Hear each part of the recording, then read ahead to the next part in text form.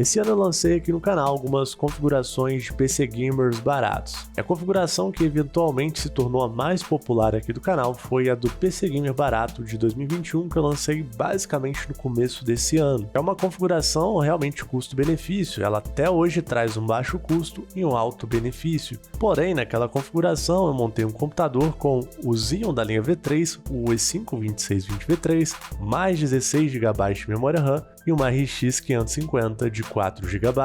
Principalmente o kit Xeon com o i5-2620V3 tinha um custo-benefício sem igual. Qualquer configuração de PC que eu montava usava exatamente esse kit, porque realmente não compensava comprar algo mais barato e dependendo também da placa de vídeo que você fosse usar com seu computador, acabaria que também não ia compensar comprar algo mais caro. Mas esse kit acabou subindo de preço, acredito que até para equilibrar a questão das vendas, ele realmente tinha um valor muito abaixo do que deveria custar.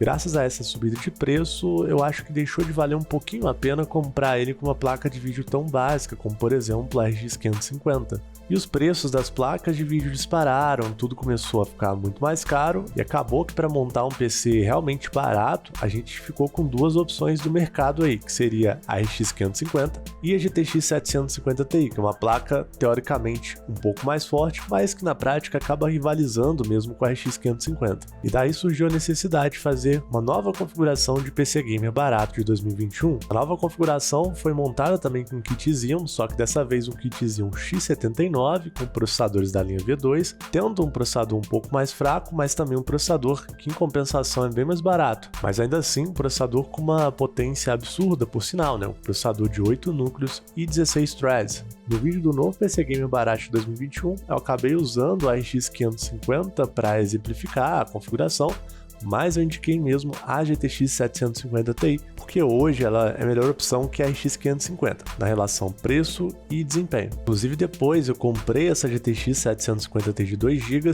chegou muito bem, placa muito bacana, vou deixar link na descrição, junto com os links do PC Gamer barato de 2021 e do novo PC Gamer barato de 2021. Também vai ter outras placas de vídeo que estão na promoção aí.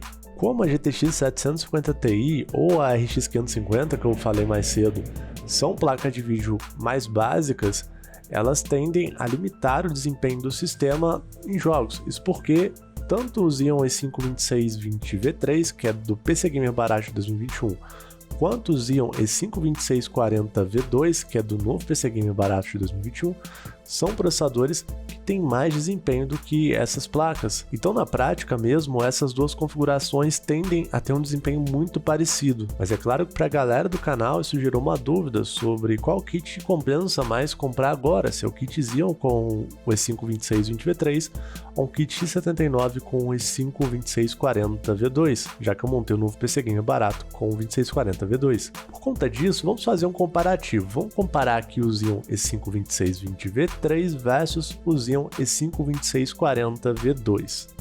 Para o comparativo ficar fiel, eu usei jogos que têm teste de benchmark sintético e usei a mesma placa de vídeo, que é a GTX 1060 de 6 GB. Coloquei todos os jogos no gráfico mínimo e resolução HD, porque como essa placa de vídeo é forte, mas não é tão forte assim, se eu aumentasse os gráficos, eu poderia ter a placa de vídeo limitando o desempenho dos jogos. Vale lembrar que em ambos os sistemas nós temos 16 GB de memória RAM, só que no Xeon X79 com 2640V2 são memórias DDR3, enquanto no Xeon X99 memórias DDR4, e ambos os processadores vão ser testados na configuração de fábrica. Vale lembrar que o Xeon i5-2620V3 ainda tem a possibilidade de melhorar o desempenho através do desbloqueio do Turbo Boost. Então bora testar logo esse negócio aí. Do lado esquerdo nós temos o Xeon i5-2640V2, do lado direito o Xeon i5-2620V3. E o primeiro jogo do teste é o Counter-Strike famoso CSGO, jogo que usa muito poder de processamento e pouca placa de vídeo, então ele deixa bem clara a diferença de desempenho entre os processadores. Ambos os processadores tiveram um desempenho excepcional e poderiam ser utilizados para jogar competitivamente, mas o Xeon i5-2620V3 acabou levando a vantagem, como esperado. Considerando o valor do FPS médio ao final do teste, nós tivemos o Xeon i5-2640V2 com uma média de 167 FPS, enquanto o Xeon i5-2620V3 com uma média de 210 FPS. Vale lembrar que essa diferença de desempenho não é notável com um monitor comum, você precisa de um monitor com uma alta taxa de atualização para conseguir perceber isso a olho nu. O game Shadow of the Tomb Raider é o jogo mais atual que usa muito as novas tecnologias dos processadores, e por isso o Xeon i5-2640V2 leva uma desvantagem bem notável. Mesmo o 2640V2 tendo 2 núcleos e 4 threads a mais, ele não tem algumas instruções que o Xeon i5-2620V3 possui, e por isso em alguns momentos da gameplay, principalmente onde tem muitos personagens, o desempenho do Xeon i5-2620V3 acaba sendo o dobro. Nesse caso, por exemplo, se você estivesse com uma GTX 750 Ti ou uma RX 550, você não iria notar a diferença de desempenho entre esses dois processadores, mas com a placa de vídeo mais forte, a diferença é notável. Mas vale ressaltar que apesar do Xeon i5-2640V2 ter um desempenho inferior ao 2620V3 nesse jogo, ele acaba que não chega nem perto de ser utilizado a 100% da sua capacidade, então sobra muito desempenho para fazer live ou mesmo para fazer outras tarefas em segundo plano enquanto você joga numa boa. Já no GTA V, a diferença de desempenho não é tão grande, a gente teve uma média final de 142 FPS para o Xeon i5-2620V3, enquanto no Xeon i5-2640V2 uma média de 130 FPS, o que acaba sendo uma ótima notícia para quem está querendo um PC para jogar GTA V, um Xeon V2, como por exemplo o 2640V2, dá super conta do recado e não fica para trás em relação ao Xeon V3. Por isso é muito importante nós avaliarmos vários jogos, porque nós temos situações em que o Xeon V2 vai ser extremamente vantajoso em relação de custo-benefício, enquanto outras situações o Xeon V3 realmente vai ser mais vantajoso. Então também depende de qual é o seu perfil de usuário e qual jogo você quer jogar, para saber qual Xeon compensa mais para você. No game Far Cry New Dawn, a gente tem o Xeon i5-2640V2 entregando desempenho até um pouquinho inferior, porém com uma estabilidade muito maior. Nesse caso, eu acho que não tem nem muito a ver com o poder de fogo dos processadores em si, mas sim por conta da engine gráfica que a Ubisoft usou nesse jogo. Mas é legal a gente fazer o teste também. No game Assassin's Creed Origins, a gente teve um desempenho bem legal também pro lado do 2640V2, ele ficou acompanhando ali o Xeon i5-2620V3, com mais ou menos ali uma variação de 10 FPS a menos, em alguns momentos ele chegava a ficar até um pouquinho parelho. No geral, nós tivemos um desempenho inquestionável nos dois processadores. Também não poderia deixar de testar o game Forza Horizon 4, porque ele tem uma engine gráfica muito bem otimizada. Nesse caso, nós temos o Xeon i5-2620V3 com uma média final de 96 FPS, enquanto o Xeon 2640V2 uma média final de 83. Ambos os processadores tiveram uma performance excepcional, realmente muito boa, mas nesse caso a gente consegue notar uma diferença de 13 FPS a mais para o Xeon i5-2620V3. Depois de observar esse comparativo, a gente começa a ver algumas coisas que não podem ser deixadas de levar em consideração. É bem nítido que a plataforma V2 dos Xeons é uma tecnologia bem diferente da plataforma V3, o que acaba dificultando também um pouco a escolha dos processadores, porque fica difícil às vezes a gente generalizar o desempenho entre esses processadores. Por exemplo, testando o Counter-Strike, a gente tem uma diferença de FPS bem grande, né? Fica fácil decidir.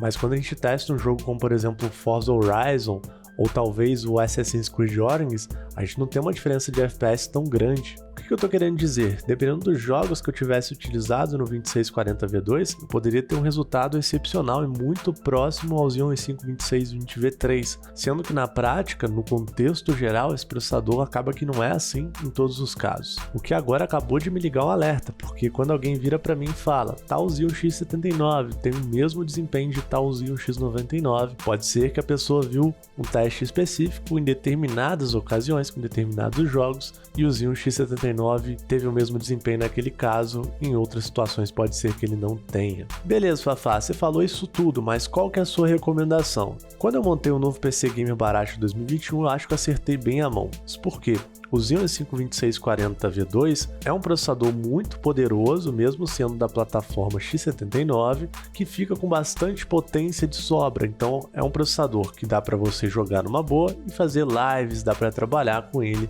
Ele acaba sendo ótimo em vários aspectos. É um processador que também não deixa a desejar se você usar ele com uma placa de vídeo mais forte, igual você viu aí no teste. Óbvio que ele tem algumas perdas de desempenho em relação ao Xeon V3, mas é muito bom também. Mas pelo valor baixo acaba sendo a solução perfeita para quem vai investir em um computador com uma placa de vídeo um pouco mais básica. Graças aos kits Xeon X79 no mercado, nós temos a opção ainda de montar um PC básico com uma placa de vídeo mediana, uma placa de vídeo básica. Isso porque montando um computador com um kit Xeon X79 você consegue um valor tão competitivo quanto o valor de um PC que não tem placa de vídeo e usa uma APU gráfica, por exemplo, da AMD.